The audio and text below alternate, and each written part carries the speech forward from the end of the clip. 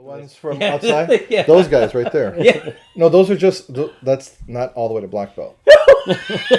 And that's just the wait, hold on. We're going to show you. That's white through brown belt. That's white through green.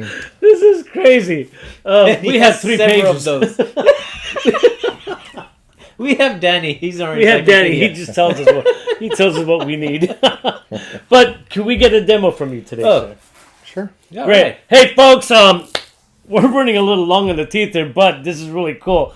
This gentleman is amazing. Yeah. And you heard it right. He has schools all over the world. And this is one of the things that when I did some of the research, I found that you are almost everywhere. I mean, Russia, Poland, Germany. I mean, that's a lot of places to be. Yeah. Do you visit all the schools? I try to. Before COVID, I used to make a point of trying to visit at least one, what I call a long trip, a major trip, like to Europe or something like that, once a year. And I would make a bunch of small trips throughout the year. And I started doing what I call black belt camps. I have my students come here to California and train. We go to my student school either in San Francisco where I have facilities, or we would go to Hollister where my student Master Schlater has a very nice academy. We all trained on there. We do our black belt. Next time you're in San Francisco, give us a call. I live in San Francisco still. Perfect. I'd love to come watch. Perfect. So I would try to visit as many schools as I could, and then as people would contact me that they want to represent us, all that kind of stuff, I would, I love that. Represent us. No, I'll tell you what. And Davud knows exactly what I'm talking about. Davud is my student from Russia. Uh-huh. I used to get emails from people from Russia, for example. Nothing wrong with Russia, don't get me wrong. But I'd get these, like, I'm a black belt in this, a grandma, a 10th of this, a 10th degree in that, a 10th degree in this, a black belt in this, and combat this, and that. I get all these things, and they want to represent me. Like, what do you need me for? You got all this. Oh, by the way, I'm 32. Yeah. What do you need that me one for? That one meme. Plus, that's far away. How can I make sure that I'm meeting the right person and I'm giving them my art, my name, my crest? I'm like, we need to meet. So actually, when Davud contacted me, my student from Russia, he actually had contacted Master Pinto, and Master Pinto connected him with me. And I said, sounds great. Your background sounds good. You sound like a nice person. Can we meet? Is it possible to meet? I don't know if I'm making it to Russia anytime soon, but can we meet in Europe? Let's meet halfway. So we met in Portugal. And we hit off famously, where we became immediately good friends, and I started using Skype. I started using long distance tools to train and get him up to black belt. And once he was ready, I brought him here. He stayed here in my house, right here. Nice. We trained on these mats, and then we went to Hollister, and he trained with everybody down there. He told me after his test that he was already Spetsnaz in Russia, and a lot of his students are Spetsnaz. He said that was the hardest test he'd ever done in his life. That's cool. This is an 8-hour-long black belt test. Holy crap, wait, a Spetsnaz said that? Yeah, I was like, wow. These guys are trained to take punches. So I would get these various people that want to represent me, and I would say, fine, let's see what we can do. And using, before it was videotapes and emails, but now we have, the phones, and we have FaceTime, and we have Zoom and all these other tools, and I have recorded our material so people can have these and use them and buy them and use them. And people who are not my students, they want to check some stuff out. I got stuff that I give the general public. I have stuff that are just for my black belts. And before you know it, I have a school here, and I have a representative here, a representative there. Whether it's a little small club or it's a formal school, I'm okay with all the above. Hey, you want to become a franchise? It's a win-win. Win-win-win. Folks, we're going to go ahead and set up the room, and we'll be right back. See you in a minute. If we don't do this now, we're never getting up. Oh, my goodness. All right, folks. Hey, we're back. So here it is. We're going to ask, I'm not even going to try to say that. Kuksanim. Grandmaster. I read mangoes too, though. Michael De Alba. Oh my God. Folks, this is going to be a real treat. So he said he was going to mess up my name, and now we finally did.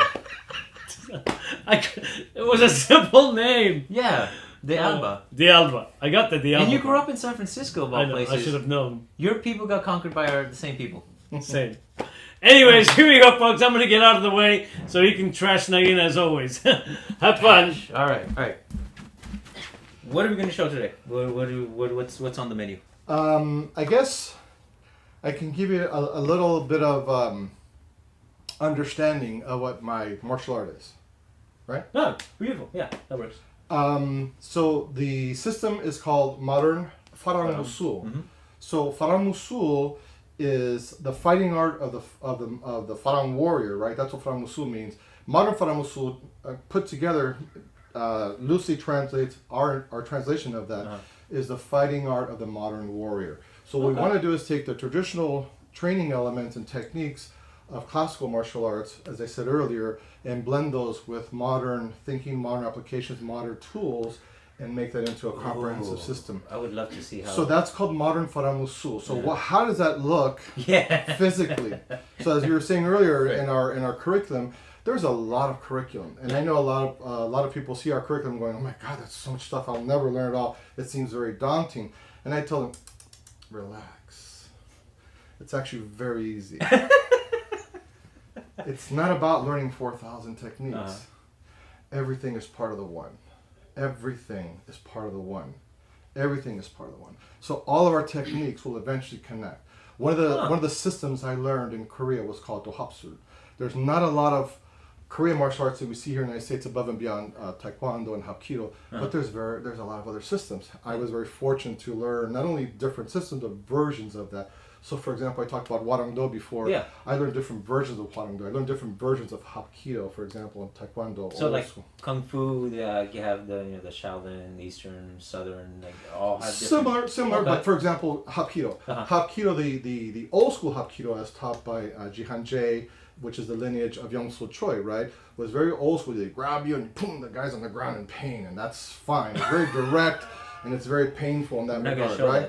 Whereas the other version that evolved beyond that was under Myung Jae Nam, and that was a more circular fluid, more Aikido looking like, and there was more blending of energy. Still very painful, still had the other components, but it was a different interpretation of that Hapkido, for example. And I learned both those versions. Oh, okay. Yeah, that's completing the cycle. It's just, again, me learning the different martial arts. So in Dohapsul, one of the things about Dohapsul was everything...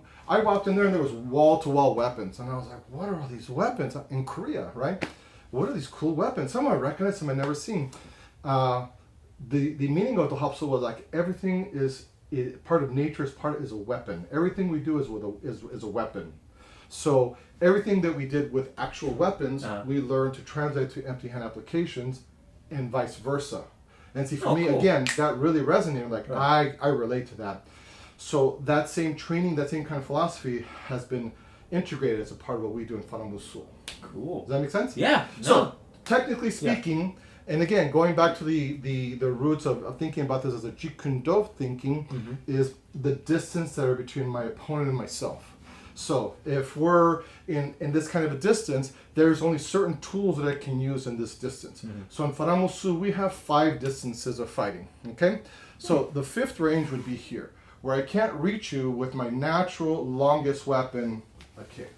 I can't reach you with my legs, and vice versa.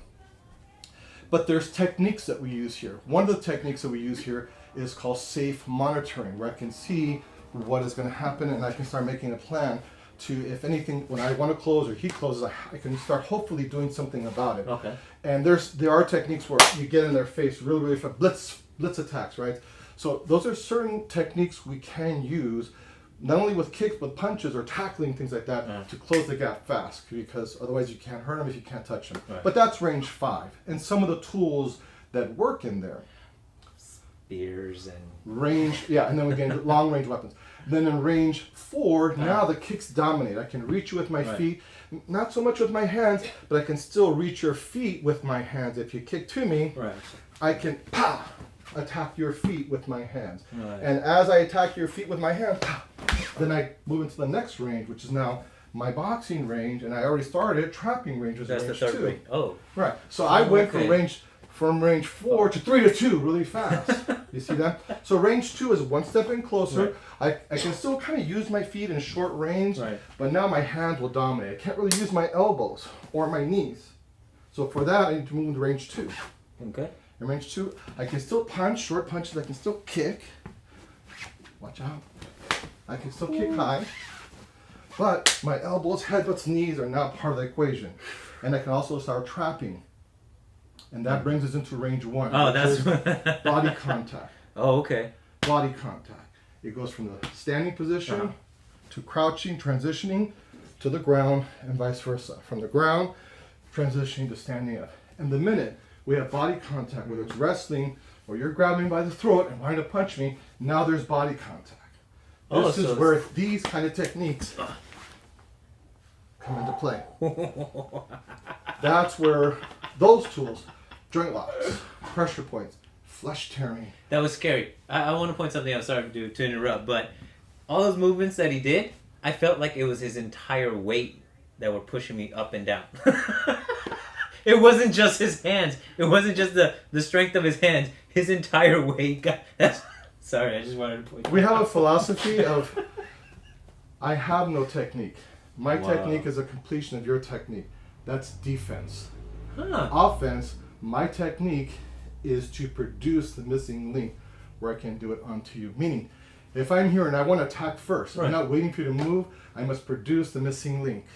I'm going to punch in the nose, I'm going to kick you in the knee. I have to make that happen. Sounds good on paper, but the reality is you might move, you might this, so I have to make it happen. I have to produce that missing link. You have to create it, yeah. But if I'm thinking defensively, then you wait. Your technique is now my technique. I'm not thinking about anything. But he attacked me, punched me in the mouth. This is now mine. Now that's where your punch becomes mine, and I'm so polite, I finish it for you. That's awesome. So okay, that's a beautiful way of looking at it. So we have our extreme range 5, 4 kicks kind of dominate. Other techniques still come into play. 3 hands dominate. Other techniques or options are available. Right, because if I close quarter, CQC range, elbows, knees, headbutts are now part of the equation. Body contact, all those tools are available, and there's a distinct possibility you're going to end up on the ground or vice versa. Okay, so those are the tools. Pressure points, joint locks, flesh tearing. Did you just say flesh tearing? Yeah. Flesh tearing. If I grab you here and I rip, I'm taking that with me. That scared the shit out of me. Oh my god, that's... I laugh when I'm nervous. Oh, sorry, that... Oh, damn. Okay, I'm good. We're good. So here's the situation. So if someone, let's just say, take a simple jab, right, and a cross. This is very common, right? A jab and a cross. Part of fundamental training is boxing. We do boxing. I did boxing as a little kid. Guess what? That's part of our fundamentals. You learn a white belt or yellow belt. You learn the footwork, the handwork. Everything is part of our training. Boxing is a very, very important. Not to say that we don't. Doesn't matter that we don't do traditional techniques like reverse punches and knife hands and open hand techniques. Sure, but boxing is very important. So we use the jab and the cross as a lot of our training tools versus getting into a stance and stepping forward and punching and leaving it there for you to do. There's nothing wrong with that in the sense of like, it's a very basic way of slowing things down and seeing how to work your technique, but we have to get past that. If we can do that, I think we can do a jab, we can do a cross, we can do our techniques on that. I think that's a little bit more easier to be quickly more useful. That's my thinking. To me, it seems like it's also what you're going to experience more often in a street fight. More realistically. You know, somebody's... Right. But so, for example, in a lot of the self-defense techniques, they're grabbing to you. They're grabbing your wrist. They're grabbing your clothes. They're choking you. We need to learn the techniques in their very classical way so we can see how the technique works. Perfect example.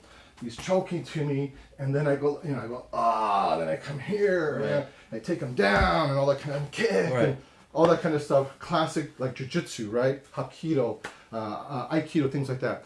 But if that's the only way I practice it, I have to wait for you to grab me. How can I do that if he punched to me? Right. Whoa, there's that. Oh, there's a cross too. Wow. I gotta be able to factor that in. Right. Now is when I will put the lock in. See? Now is when I'll put the lock in. Now is when I'll put the headlock in. Now is when I start connecting those tools. And you start moving into the ranges. I start using exactly those tools that are in those ranges, and instead of like trying to put everything together all at once, like I just did, for example, that's too hard. Yeah. Let's work on these techniques first. So, for example, that jab and the cross, that's boxing. I gotta learn how to deal with boxing first. Jab, cross, right? And then from boxing, I learned how to use my boxing. Okay. Right back. Then I learned how to use my kicks. Within. Right, in that boxing world. Okay, let's talk about trapping. So I'm going to work on energy. Okay. Because from this energy, go ahead and touch my elbow. There's a transmission of energy with these flow drills, these energy drills, which allow me to start finding the trapping. Why? Because if I do a trapping, like in Wing Chun, grab and grab, Right. back fist, this is a trapping drill. Right? We call it a single trap, Wing Chun. That's a mechanical motion. Right. Lock, grab, so on. Nothing wrong with that. But what's the difference of you knowing that and I knowing that? It's the flow of the energy. So we must incorporate that. So before we do it in all these like different ways, let's slow it down. Let's learn the trapping motion. Let's learn a double trap. 1, 2, 1, 2, 1, 2, 1, 2. Let's do a triple trap. Okay. Punch to me. 1, 2, 3. 1, 2, 3. 1, 2, 3. We call that a triple trap. So I learned the mechanics of how these elements of trapping work. Then we start working with different type of energy sensitivity drills, because in there is where I see not only the strikes but the locks are there. I saw his fist coming. I forgot he had my hand. I start seeing how the techniques live there. How they You see what I'm fit. saying? Oh, How they okay. fit. And then I say, all right, now let's try it this way. We have these Hoshin Su where he's grabbing you, and then from there, you know, I got this, and I go like this, and I go boom, and I come over here, then I come like this. You take it off, B? And that. Have a good night. Have a good day, B. Where I start to integrate all the different elements. You see what I'm saying? That was weird. I felt that in my jaw. Like he was holding my my wrist a certain way. My jaw started hurting a little bit. That was weird. Because everything is connected. That's nerves. Oh man, that was crazy. Is that just automatic for you now? Like when you grab somebody, you're playing with nerves already? Sorta. Yeah. Sorta, because everything is part of the... Okay. Oh. Everything is part.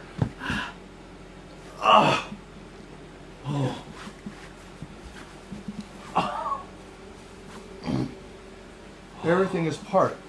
You grab to me, you punch to me, you attack to me, you make me do whatever I have to do. I forced him to do this. No, but I love that idea that you complete what I started. Correct. And vice versa, depending on where you are or how close you are to that line you drew in the sand. Correct, correct. And see, so right now, we learn a lot of this both very slow it down, and I'm saying, you're going to attack me this way, and I'm going to counterattack you to keep you safe, for me to learn how to practice the technique. And that's all great. Right. But, what if? What if, is it always going to be, you're going to sit there and give me your punch? Right. How about if I move first? Can I do this offensively? Oh. Can I not wait for you? Right. Can I produce that missing link? And you're already ready Right. for me, no less. Right. So boom! Oh, You there see it is. that? Boom! Now, there's the lock. So I learned to produce that missing link. And if you notice, Yeah. I use a low line kick we call Hajachoksul. I use a single trap to get inside. Actually, I did a single trap, right? And then I went right into my joint lock, which I could change. I could change. I can bring you out. I can bring you around the corner and send you. Thank you for that. Using your own energy against you. That's what I want. I don't want to have to...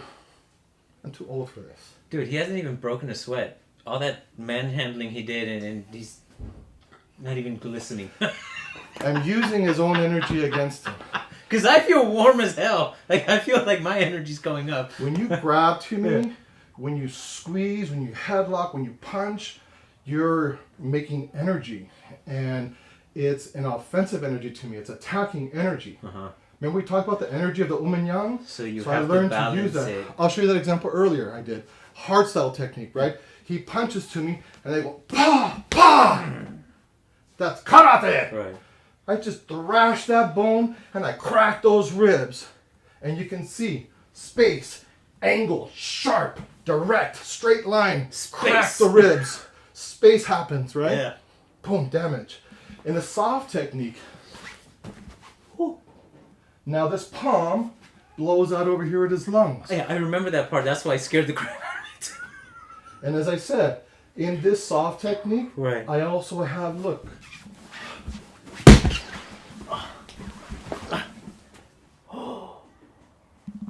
I use your own energy against you. I have these techniques that don't require a lot of energy on my part, and that's cool, and that's what I want. Yeah, you have whatever you need when you need it. Well, hopefully. Hopefully, that is the idea. That's the training. Rick, tell me that was cool. That was awesome. Oh my goodness! God. No. Thank you so much. That Wow, was that so was great. really impressive. I really enjoyed the hell out of that. To see him fall around like that is always a Did you see me treat for me. spin? Like, Yes, I was really.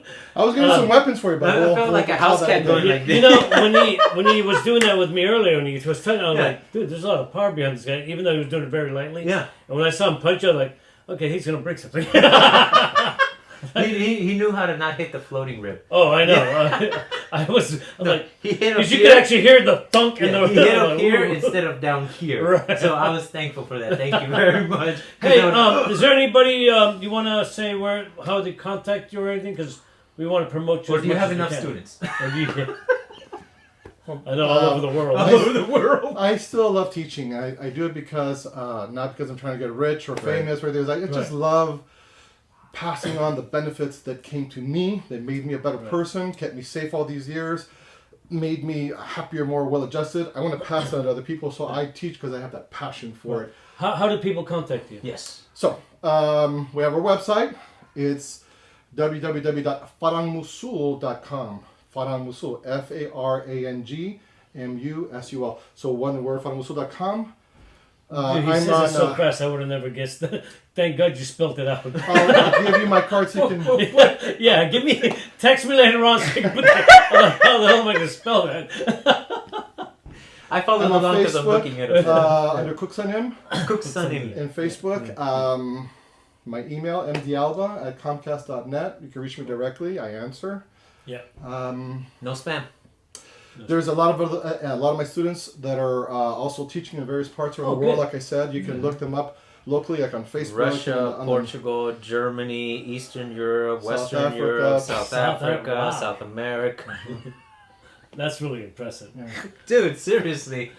We need to go on a trip with you one of these days. Oh, yeah, that would be a lot That'd of be fun. awesome. You got to remember when you come to San Francisco. Yes. We definitely want to be a part of that. I do go there. We'd love to watch it. Yeah. Hey, folks, this has been Kali Conversation with me, Rick. And me, Nain, and our And very him. special guest, Cooksanim, Michael de Alba. Thank you very much, everybody. Yeah. You guys have a wonderful night. And in 3, 2, 1, Cut! cut! Thank you very much.